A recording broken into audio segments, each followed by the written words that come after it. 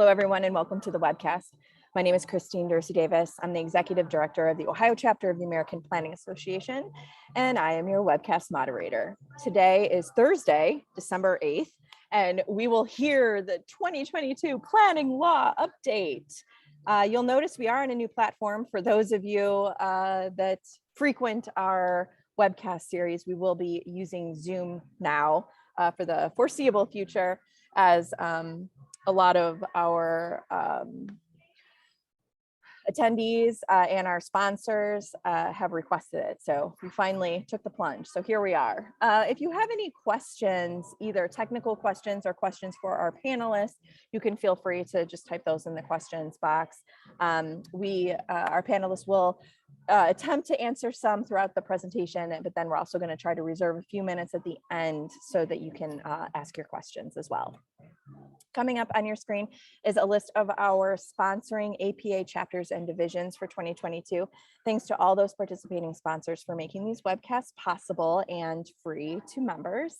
Today, we're sponsored by the APA Illinois chapter. So thanks to you for joining our consortium this year and for bringing us our ever important law session just in the nick of time. We do have one more webcast for 2022. It is on December 16th, and it's climate mitigation and adaptation. And that will be available for the SR specialty credit, and that will also be available on demand. But be sure to head over to our website so that you can register for that session. Today, session is available for 1 CM credit or 1 law credit. This session today is an hour long. You can log your credits by heading over to planning.org, log into your My APA account, and from there you can either search by today's title or event number, both of which can be found on our webcast webpage. Lastly, if you're on social media, be sure to like us on Facebook so that you receive up-to-date information on all of our sessions. And be sure to subscribe to our YouTube channel. We record all of our sessions and post them up there. So head over to youtube.com/planningwebcast and you will find our well over 400 recordings available. So be sure to subscribe so that you get up-to-date information when we have posted a new recording. As always, you can head over to our website, ohioplanning.org/planningwebcast, to register for all of our upcoming sessions and to get all the information and details you need to keep updated on your professional development. That is the end of my housekeeping items. So I'm going to turn it over to Dan Bolin, who is going to kick things off. The floor is yours. Thanks, Christine. The designated hour having arrived, I call to order this regular meeting of Ancel Glink's Quorum Forum podcast. The podcast, Local Governments Need to Do Business, in the chair. It's me, Daniel J. Bolin. On the agenda today, it's our favorite planning law cases of the year, live on the World Wide Web, for the Planning Webcast series brought to you by the American Planning Association and its chapters and divisions. But first, let's take the roll. He effectively and efficiently navigates the political, practical, and legal aspects of zoning and entitlement processes for the firm's public and private sector clients. He has a New Year's resolution. We're going to ask him about it. David Silverman is here. I am here. David, what is your New Year's resolution? To drink higher quality alcohol. Oh, what kind of swill have you been drinking this year? A lot of hams. Oh, and that hasn't been doing it for you? No, we need something with more oomph. Oh, you know what? We got a big year coming, and next part communities and driving positive economic growth. It's a nice bio line. He has a New Year's resolution, and we're going to ask him about it. Greg Jones is here. Hi, Dan. Greg, what's your New Year's resolution? Well, in true Clark W. Griswold fashion, while putting up Christmas lights last weekend, I managed to pull my back and am now hobbling around like someone who's twice my age. So my New Year's resolution will be to outsource all of this work to my younger children next year so I can preserve my mobility. What do you think that your children will be able to put together the same kind of quality of holiday display that you put in with this Herculean effort that managed to injure your back. I hope so. I'm not sure, but I'll be sure to remind them of all the pain I endured while trying to bring them the perfect Christmas this year. You know what? I'm sure they'll appreciate it and tell you all the time. This is their gratitude and warmth and the reason for the season. I can only imagine. It's true. Behind the glass for our protection, engineer Rick is present. We have a quorum. Dear listener, we're kicking off 2023 by looking back at some of our favorite planning law cases from 2022. We encourage all of you to read about some of these cases and more on Ancel Glink's Municipal Minute blog at municipalminute.ancelglink.com. And you can learn even more by joining APA's Planning and Law Division and reading APA PLD's Case Law Digest, where we present summaries of recent federal and state court decisions addressing issues at the intersection of planning and law, with takeaway lessons to assist planners and land use attorneys in their practice. We'll include a link in the show notes. Folks in the chat, the planning webcast folks, please send us your questions in the chat. We also want to hear from you. Tell us what you think the most important legal issues in planning will be in 2023. And finally, you heard their thoughts, but please tell us what David and Greg's real New Year's resolution should be. Take a look at them. You could see them on the webcast. Really think about what they should be doing to improve themselves in the coming year. Questions in the chat. What's my New Year's resolution? I think it's to do more podcasts. Obviously, and maybe if they'll have us, if this goes well, another planning law webcast. But we'll see. I think we'll going. See. Time will tell. Just kidding. It's going well. Thank you, Christine.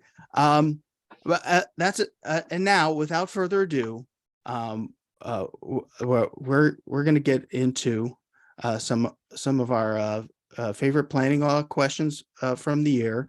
I've listeners at home. We've got a slide deck here, and then. But if you want to see this, you could, of course, visit the link in the show notes. You could see this planning law webcast. Watch all the planning law webcasts consecutively if you can. That is our first slide here. David, why don't you describe this for the listeners and tell us what we're looking at?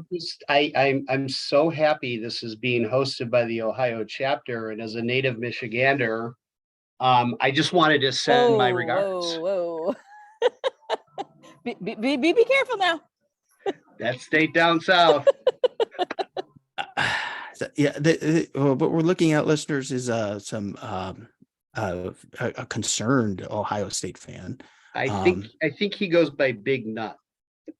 Moving on.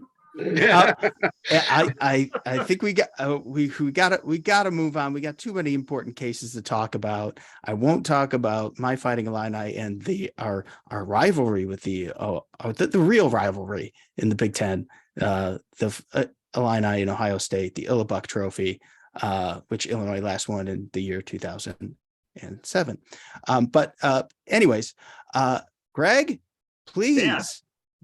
Get this show back on the rails and tell us about your favorite planning law cases. Well, and just to linger on that last slide a little bit longer, because that's absolutely why we're here. I'm the other Michigander referenced on that slide, but I'm from East Lansing, Michigan, so maybe this helps. I don't like either of the teams that we're playing. Would have been happy if they both lost. But all right, and I know some of the attendees are getting anxious to get into the content, so let's go. Okay, so first case up is Shurtleff versus City of Boston. In May of this year, the U.S. Supreme Court issued an opinion finding that the City of Boston had violated the First Amendment after it denied a religious group the ability to fly its Christian flag on a flagpole outside of Boston City Hall. This was a unique one in several ways, including that it was a unanimous decision by the Supreme Court. We don't see any of those these days. But Boston City Hall, for those who haven't been out there, is somewhat unique. It was constructed in the brutalist style. It looks a lot like FBI headquarters in DC. In front of that building, there's a large brick paver plaza that has several flagpoles on it. It was designed to look like one of the plazas in Siena, Italy, the primary one there, although the plaza in Siena definitely does not have brutalist structures surrounding it. So in this case, Boston typically on one of its flagpoles flies the American flag. On another flagpole, there's the state of Massachusetts flag. And then the city of Boston flag flies on the third flagpole. From time to time, the city allows private groups to hold events on the plaza in front of City Hall and fly their flag, whatever flag they'd like, on the pole that normally has the city flag on it. Over the course of 12 or so years, the city allowed 50 different flags to be flown on that pole, and over the course of 250 or so events held during that time. Up until 2017, when a group called Camp Constitution asked Boston to allow it to hoist its flag in the plaza, which was a Christian flag. The city denied that application because they believed that flying a religious flag on city-owned property in front of City Hall would violate the Establishment Clause of the First Amendment, which states that government should not endorse, an official religion. This group sued the city, and the district court held that the city had acted within its constitutional authority by denying this group's application to fly its flag. Stated that flags flying from these flagpoles on city property are government speech, which meant that the city could choose what flags it wanted to put up there. It didn't have to honor every request. The city had the right to pick and choose. Unsatisfied, Camp Constitution appealed, and the appellate court affirmed the district court's decision. So we have two courts that said Boston's right and Camp Constitution is wrong. This went up on appeal then to the U.S. Supreme Court, which issued its opinion this spring, finding that the city's flag practices were not government speech. Instead, the court said that Boston had opened up a public forum when it allowed private groups to fly flags of their choosing at City Hall. And once this public forum was open, the city could not discriminate based on religious viewpoint. The court stated that, specifically, that when a government does not speak for itself, it may not exclude speech based on religious viewpoint, and doing so constitutes impermissible viewpoint discrimination. Dan, can you flip to the next slide, please? I'll see what I can do. Thank you, sir. The Supreme Court acknowledged that there's a bit of a blurry line between government speech, so that's speech where the government can control the message, and a public forum where the government invites speech and cannot discriminate based on viewpoint. In analyzing whether flagpole activities were government speech or constituted a public forum, the court looked at three parts, so it's a three-part test. First, the court looked at the history of flag flying on this plaza in front of Boston City Hall, which the court recognized mostly supported the city of Boston, since the city's flagpole most commonly has the city of Boston's flag displayed and not private groups.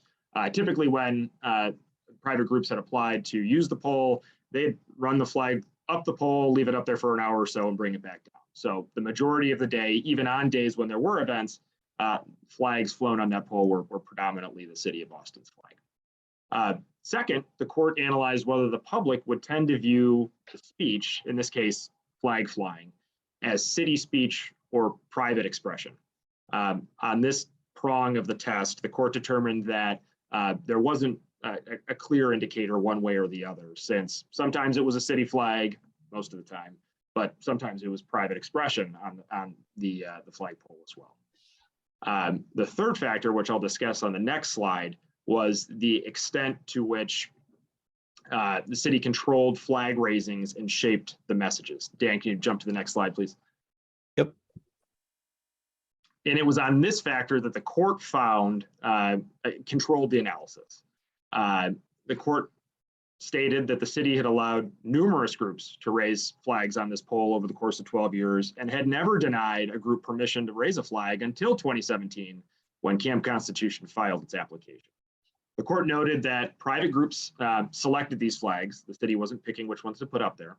And the court found no evidence that the private flags raised on the pole were an expression of the city's official sentiments or messaging, which stood in contrasted Boston's practice of, of allowing pretty much anybody to put a flag up on a pole, with some other communities, including San Jose, California, that had adopted a policy that strictly governed what types of flags could be flown on flagpoles in front of San Jose City Hall. As a result, the court found that Boston had created a public forum and that the flags displayed on these poles were not government speech. Dan, next slide, please. So it's important to note that the court did not hold that all government flagpoles must accommodate private expression, or that a government cannot choose to fly a flag of its choosing to commemorate an occasion, event, or group. What the court did say, though, is that a government flagpole could turn into a public forum if the government opens it up to private expression in a manner like Boston did. Once a public forum is created, the government needs to be careful not to discriminate against or based on viewpoint of the message or speech in any way, as that could inadvertently walk you into a First Amendment violation. So a few quick takeaways on this case. First, the brutalist style of architecture is generally awful. Avoid it at all costs if you can. Second, communities, if they haven't done so already, should adopt a policy governing private displays on public property. This covers more than just flags. This can cover things like, some communities will hold art contests for sculptures that are displayed on sidewalks. Other communities will have statues displayed in parks. The city isn't commissioning or paying to have those statues created, but if you have a policy in place, you can certainly pick and choose to a certain extent which statues can be displayed. The court here made it clear that a well-crafted policy likely would have changed the outcome of this case. Such a policy should clearly state what content is permitted, that any display that's put up on public property is intended to advance government speech, not private speech, and things like that. Also, just a quick note on administration. Once you adopt a policy, obviously you want to adhere as closely to it as possible. The court in this Boston case used terms like direct control, active review, and meaningful involvement when describing the role that municipalities should take when administering a program that's intended only to allow government speech. Boston apparently rarely asked for even an image of the flag to be submitted when they had applications to occupy this flagpole, up until the point that that this religious group wanted to occupy the pole. And that posture makes it difficult for communities to say no in the future when they see a flag that they don't want to allow. I was just going to add, Greg, real quick. I'm familiar with some of the communities in the Chicago area that specifically have public forum places. And what those communities will do is pretty much any private entity, non-governmental entity that wants to make a display, they can. I mean, there's certainly standards that go along with that. So it's not completely open, but they make it quite clear that this is a public forum. It does not necessarily, is not endorsed by the government that owns the property. Yeah, that's a best practice, absolutely. I think it's just not remaining silent on things is the best way to handle it. You need to actively stake out your position in a policy or otherwise to clearly communicate how the space can be used. Yeah, and brutalism isn't a bad thing, Greg. Just stop with your architectural criticism. Well, unreasonable people can disagree. So. All right, next slide, please. All right, so this next case is from the great state of Illinois.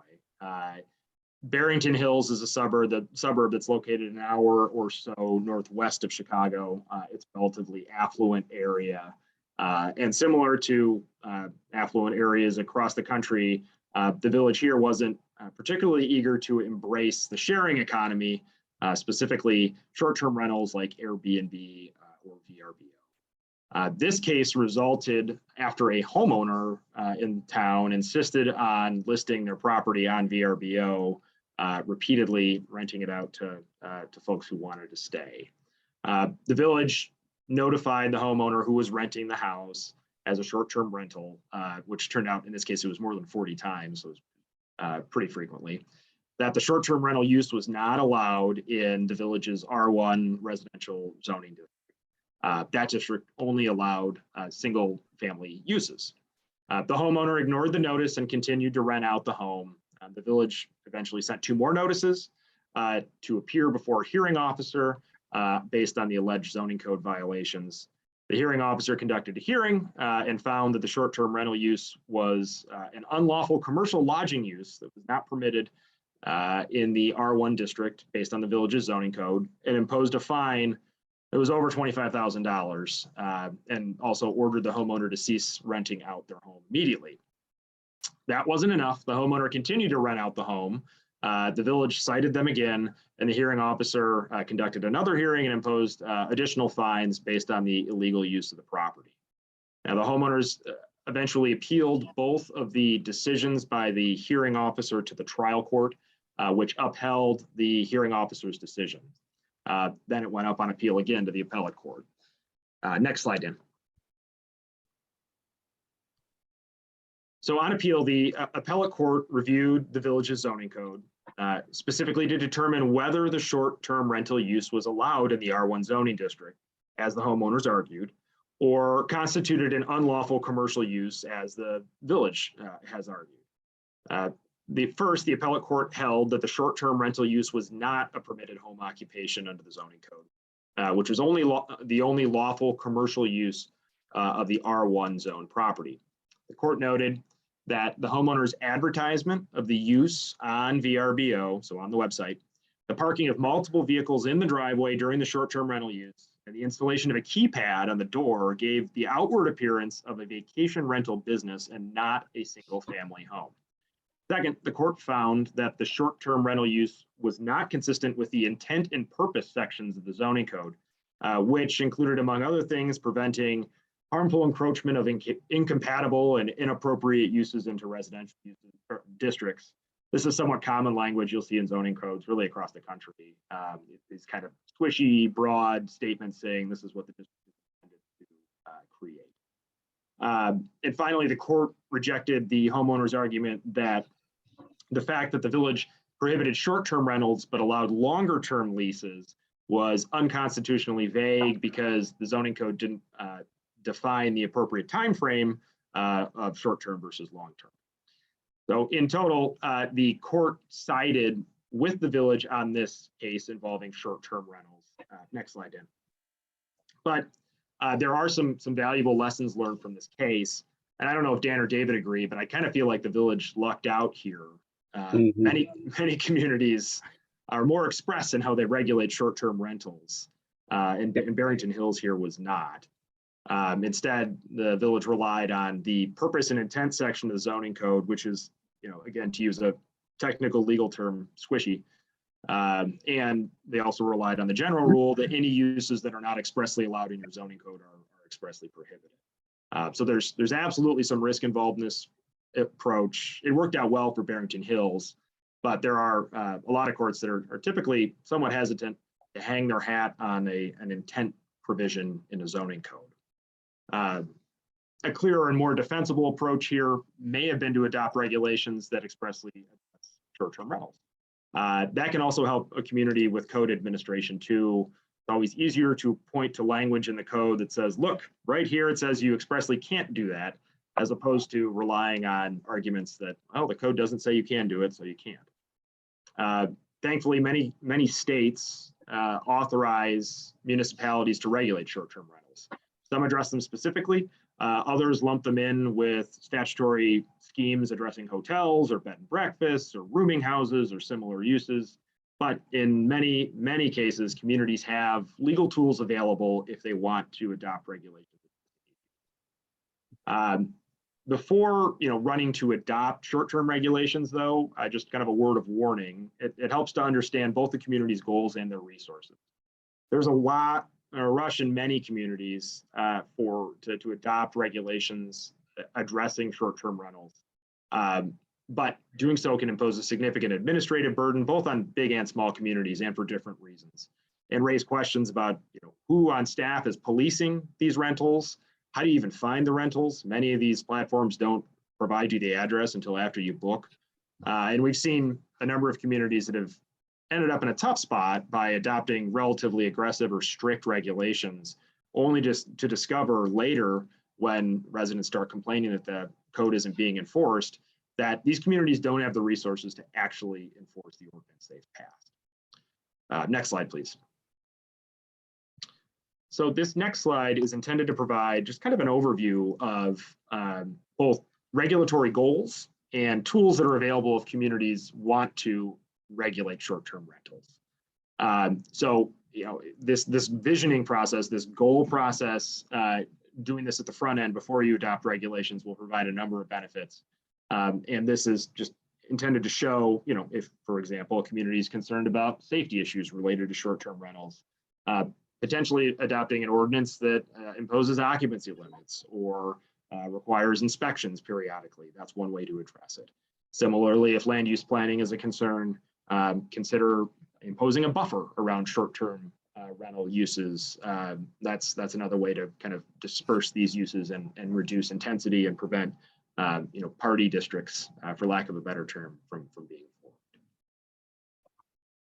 formed. That's all I got on this one.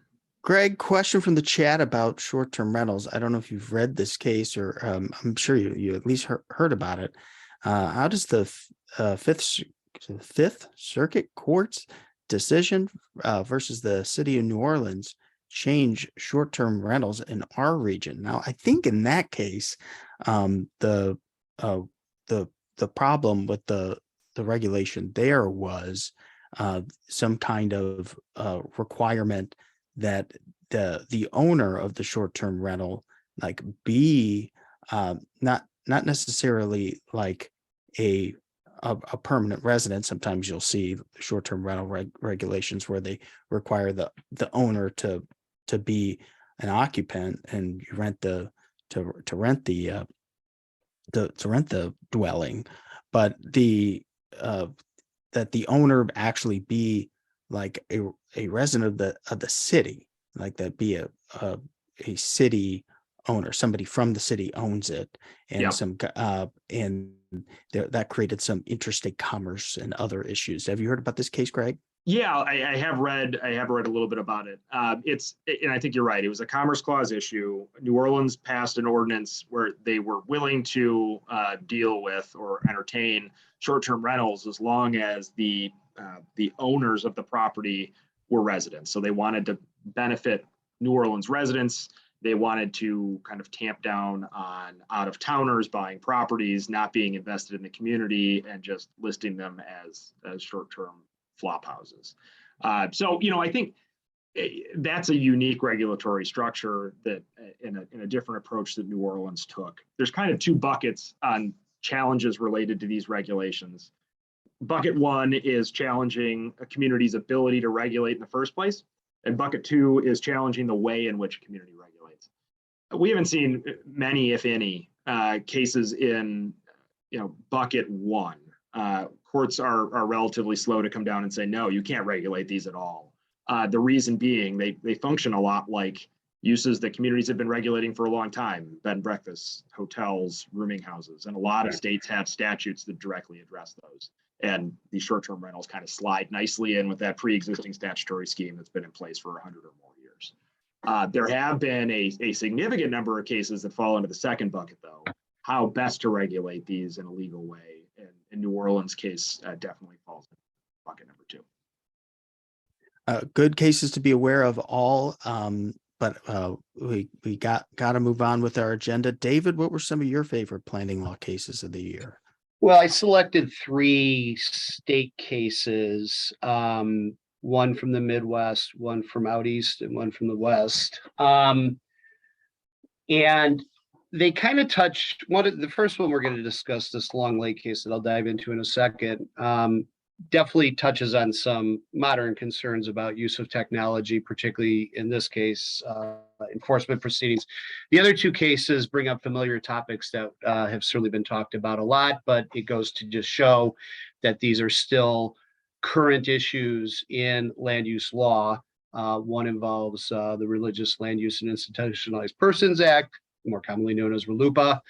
And the third would be a case regarding temporary takings.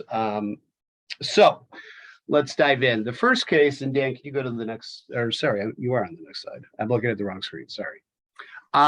So the first case, as said, involves drones and evidence. And it is a land use case, even though it does involve the Fourth Amendment. So in this instance, there was a junkyard property for cars, and they were sued by the township, and there was a settlement of the original litigation whereby the owner of the junkyard agreed that they wouldn't expand the intensity of the use. Later, subsequently, neighbors of the property complained that in fact they had increased the operations on the property pretty substantially. The property, as you can imagine, was surrounded by an opaque fence that was hard to see through. So in order for the township to gather evidence to show that the property owner had in fact violated the original settlement agreement, they hired a drone operator to fly over the property. And you may have heard in other sessions, law sessions, about the use of drones and all the privacy issues that come along with that. Certainly that played a role in this case too. The drone operation did show that in fact the junkyard had expanded pretty significantly beyond what was contemplated in the settlement agreement between the township and the property owner. So then they filed the township, that is, filed a lawsuit to abate the junkyard nuisance. And the junkyard owner counterclaimed, arguing the drone photographs were an unreasonable search under the Fourth Amendment and that they were not admissible at trial. I'm not going to get into all of the privacy issues of the Fourth Amendment.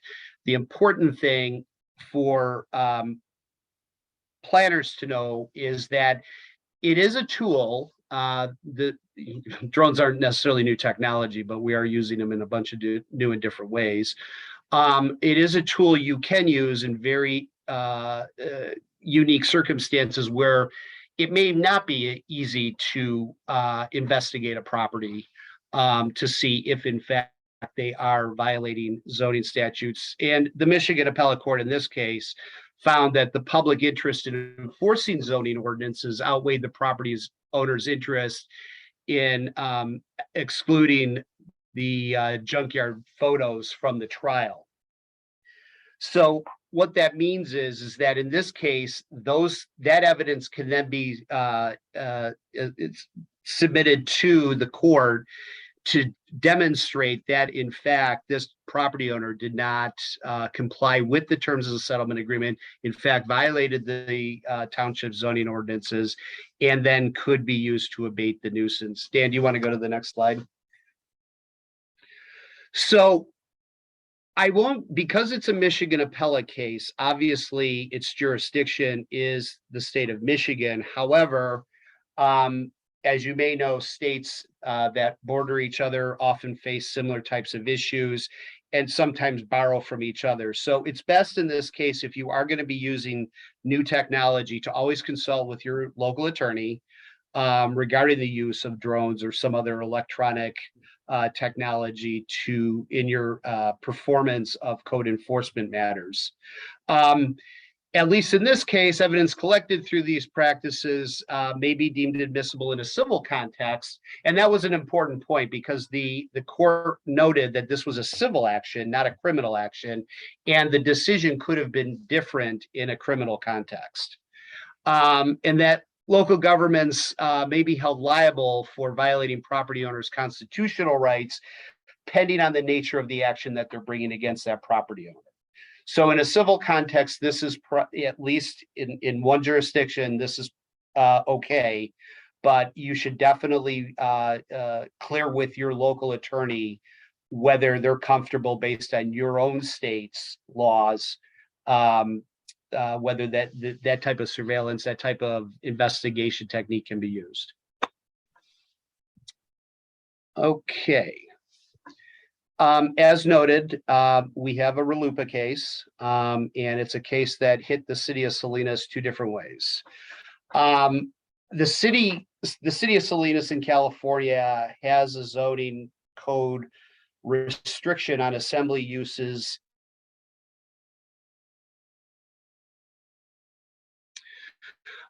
New Harvest purchased a 2-story building and wanted to start performing religious services on the ground floor.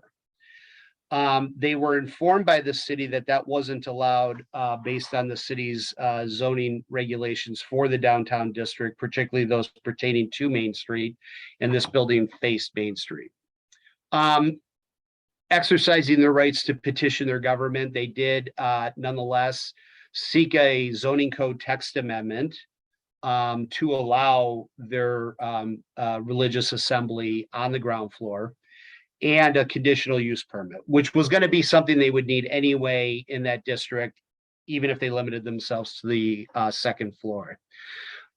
New Harvest sued on the theory that the provisions violated RLUIPA's substantial burden and equal terms provisions, which have been well documented, and you've probably heard a lot about them.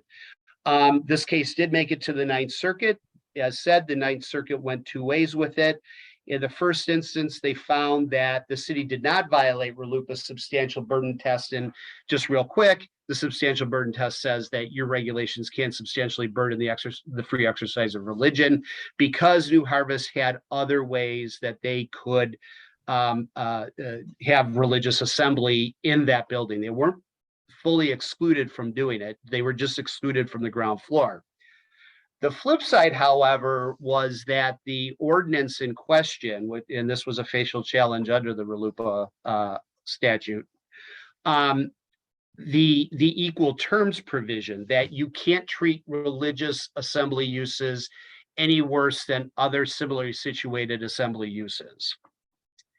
And in this instance, the court found that because of some language that was in the text of the zoning ordinance that made certain distinctions between private and public assembly uses, in fact, the city of Salinas's ordinance did violate those equal terms provisions. The city was making an argument that because it was a church, it was a private use that did not contribute to the pedestrian scale and orientation of what they want Main Street and downtown Salinas to be. And that really tripped them up with the Ninth Circuit in this case.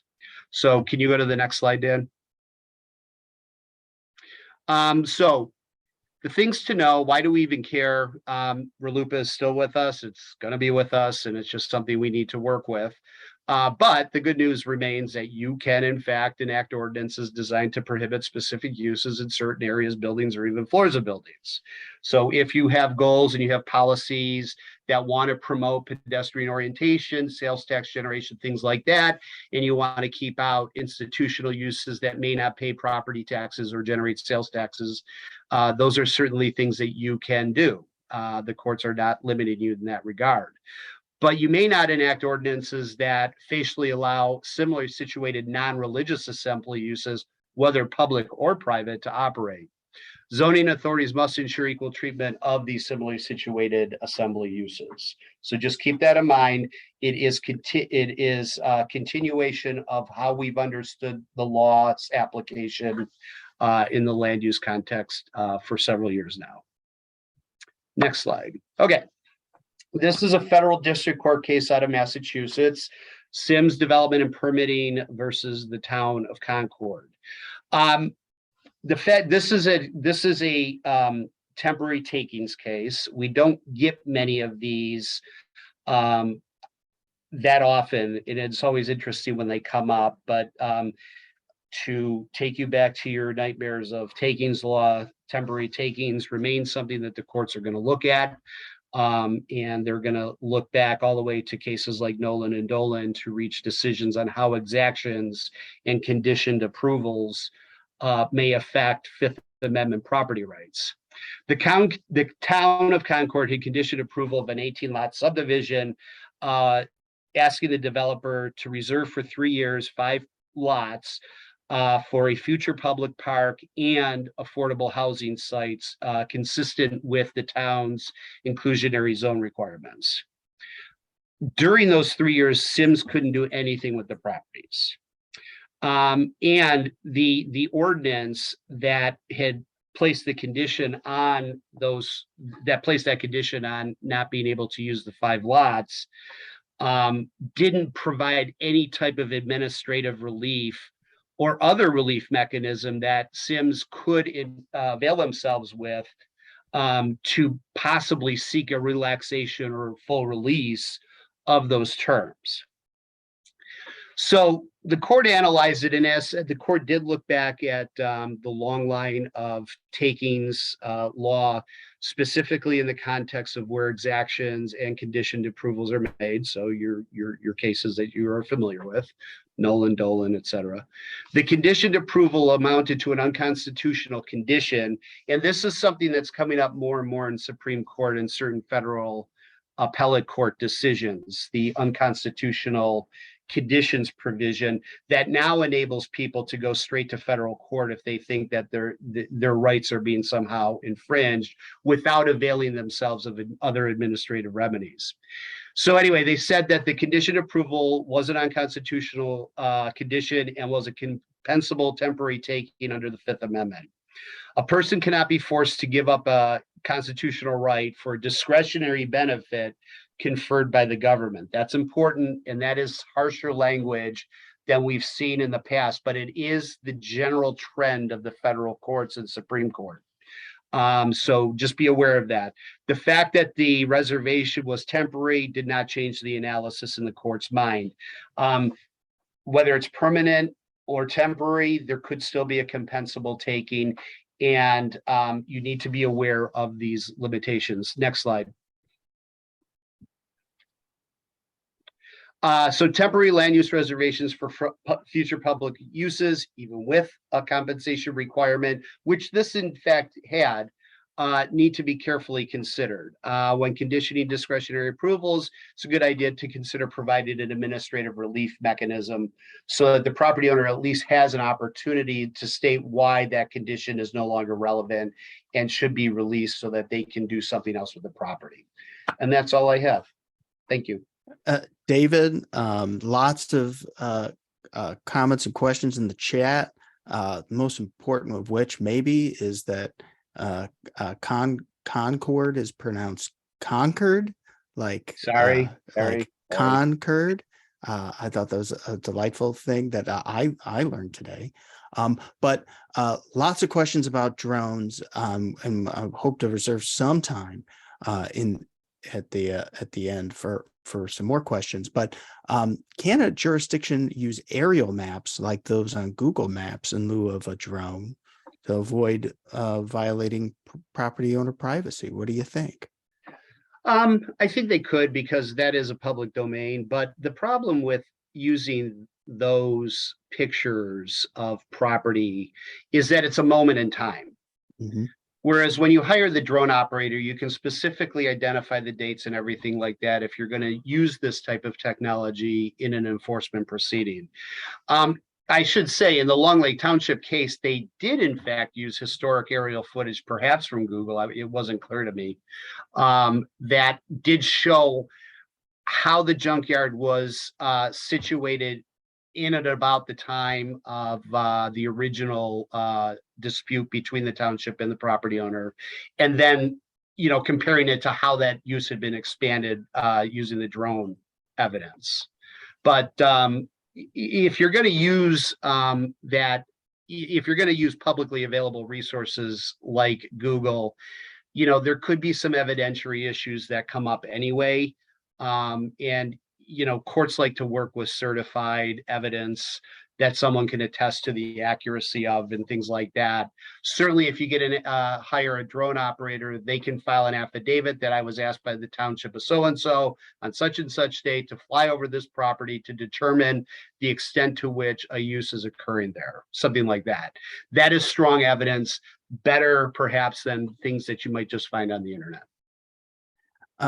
Well said, David. Hope to get back to some more of those drone questions later. But I wanted to touch on a few of my favorite planning law cases of the year. Pamelia versus City of Rockford. In the interest of time, I'm going to refer you to the summary and the APA PLD case law digest on that. An interesting case about discontinuing a special use and resuming a use and meeting the standards. Check it out. Obviously, everyone listening is going to be joining the Planning and Law Division, I'm sure, by the end of this presentation for sure.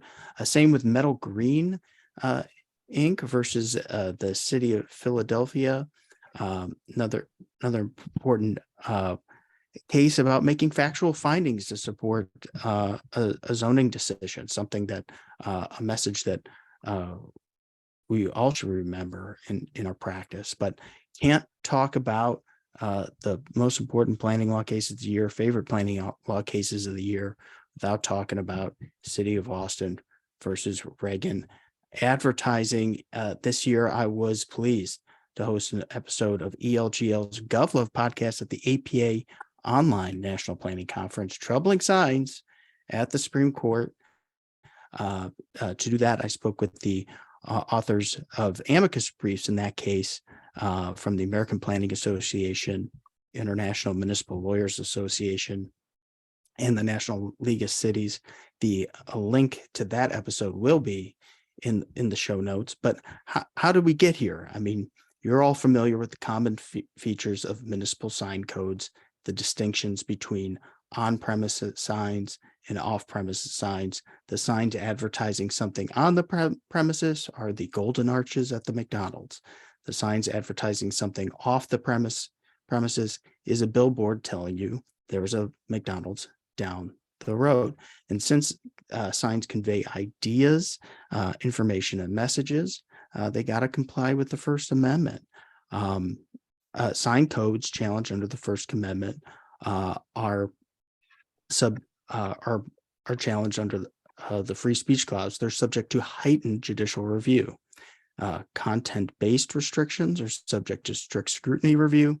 That means narrowly tailored to a compelling state interest. The government nearly always loses. Content-neutral restrictions are subject to intermediate scrutiny. That's substantially related to an important state interest. Sometimes the government wins, sometimes the government loses. But recent Supreme Court cases on municipal sign codes have sought to clarify what constitutes a content-based restriction on speech and what constitutes a content-neutral restriction on speech. As background, you may know that commercial speech generally receives more limited protections under the First Amendment than other forms of protected speech. The Central Hudson case, the Central Hudson test, commercial speech concerning truthful and lawful commercial activities may be regulated and restricted if the government interest advance is substantial, the law directly supports and advances the asserted governmental interest, and the law is properly tailored to support the asserted governmental interest. When we're talking about billboards, most significant billboard case maybe leading up to this was Metro Media versus the City of San Diego, where the court upheld an ordinance that prohibited all off-premises commercial advertising, but allowed on-premises commercial advertising. The Metro Media Court in that case didn't need to decide whether an off-premises sign prohibition was content-based, as it regulated only commercial speech and was subject to the Central Hudson test. Reed versus Town of Gilbert, you're all familiar with it. In Reed, the town's sign code faced a First Amendment challenge for enacting different standards that treated ideological signs and political signs more favorably than directional signs. The Supreme Court held that sign code contained content-based restrictions on speech and was subject to strict scrutiny standard. After Reed, a federal circuit split developed, and this is kind of setting the stage for how we got to the Austin case. This circuit split over what was considered content-based restriction under Reed. Some federal circuits, such as the Fifth and the Sixth Circuit, there's some Fifth Circuit folks in the chat, adopted what came to be known as the need to read test. Under the need to read test, a municipal sign code was considered content-based if application of the sign code required reading and interpreting the message of the sign. Reed's content-based test, has caused some problems and got us to the City of Austin case. And the facts of the City of Austin case: City of Austin sign code distinguished between on-premises signs and off-premises signs by treating on-premises signs more favorably. The sign code contained a prohibition against construction of new off-premises signs and prevented them from being modified in any manner that increased their non-conforming status.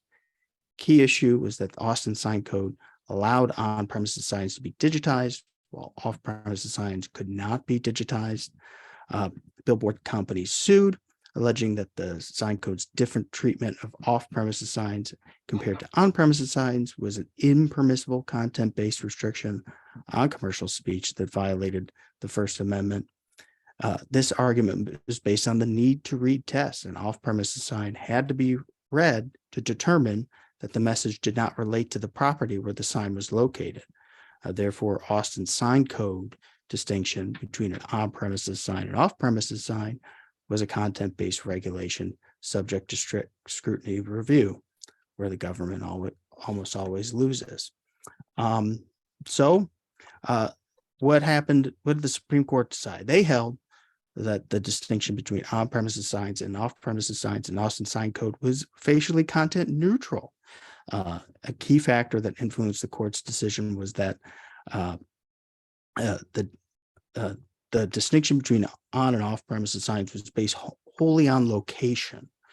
All on-premises signs were regulated identically, and all off-premises signs were regulated the same under Austin sign code, because the regulated characteristic of the sign and its location is its location and not its content. The court characterized the on-premises, off-premises distinction as a content neutral restriction on speech. So seemingly walking back that really restrictive test that was adopted in Reed. Well, what does this mean for local governments? We're starting to see sign code cases apply the Austin case. It's a little early, but it remains to be seen. But I think municipal authority to regulate signs is going to be stronger after Reed. And under Austin's holding, the location is certainly a content neutral way to regulate signs that will be subject to lesser scrutiny, still heightened scrutiny. But there's parts of Reed that seemingly will still survive. There's still going to Austin really only dealt with location, so the way that courts evaluate what's a content based regulation that's subject to heightened scrutiny, it's still lingering out there. So a municipality should take care when adopting and applying and enforcing sign code regulations. David, any thoughts while I open up the chat for questions? No, given the amount of time we have, why don't we just open up for further questions at this point? Wonderful.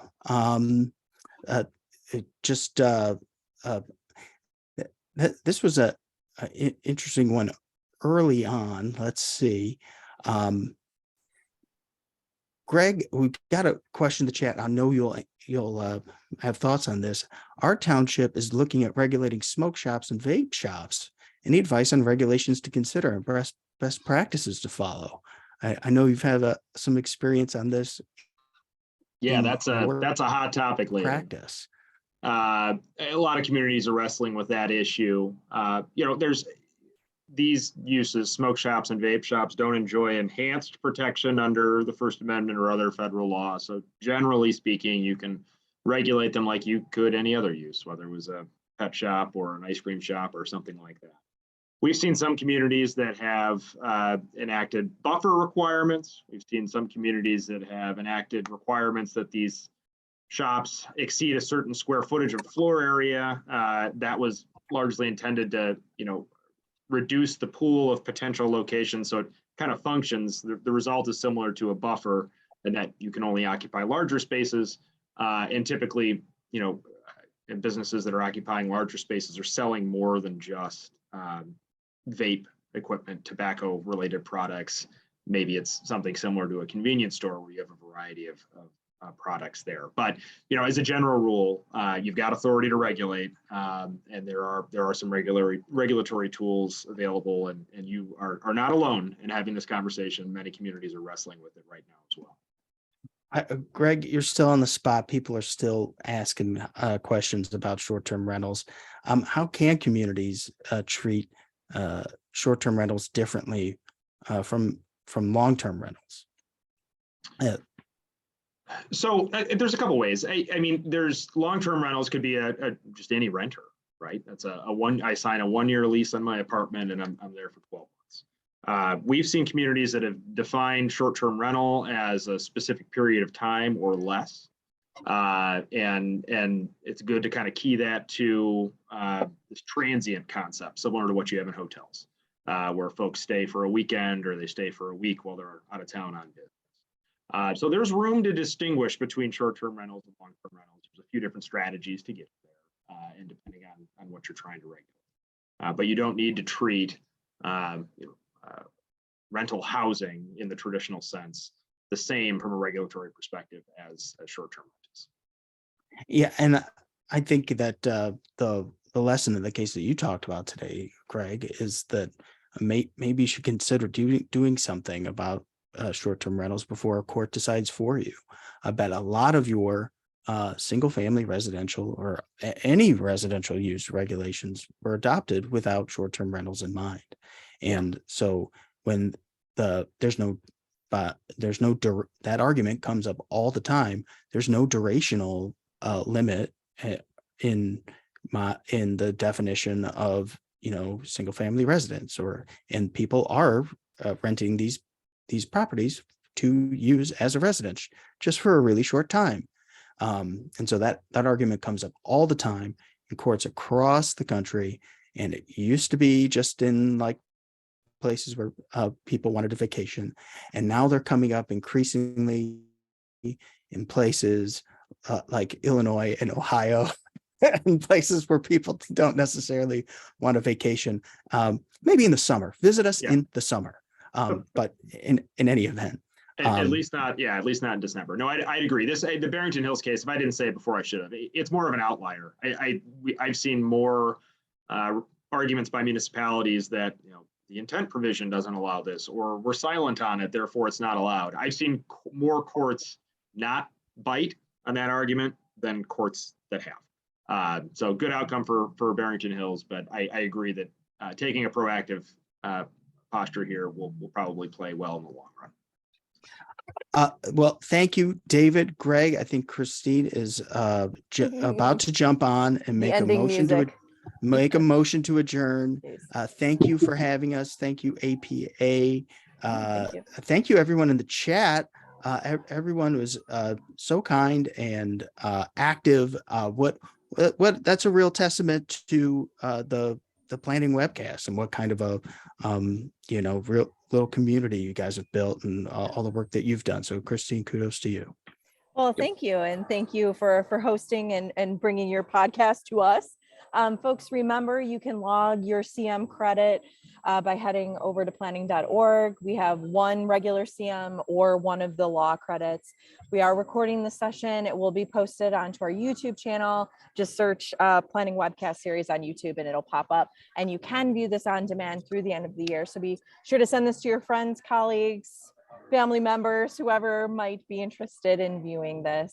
And of course, you can register for all of our upcoming sessions by heading over to ohioplanning.org/planning webcast. Like us on YouTube, like us on Facebook. And thanks to all of you.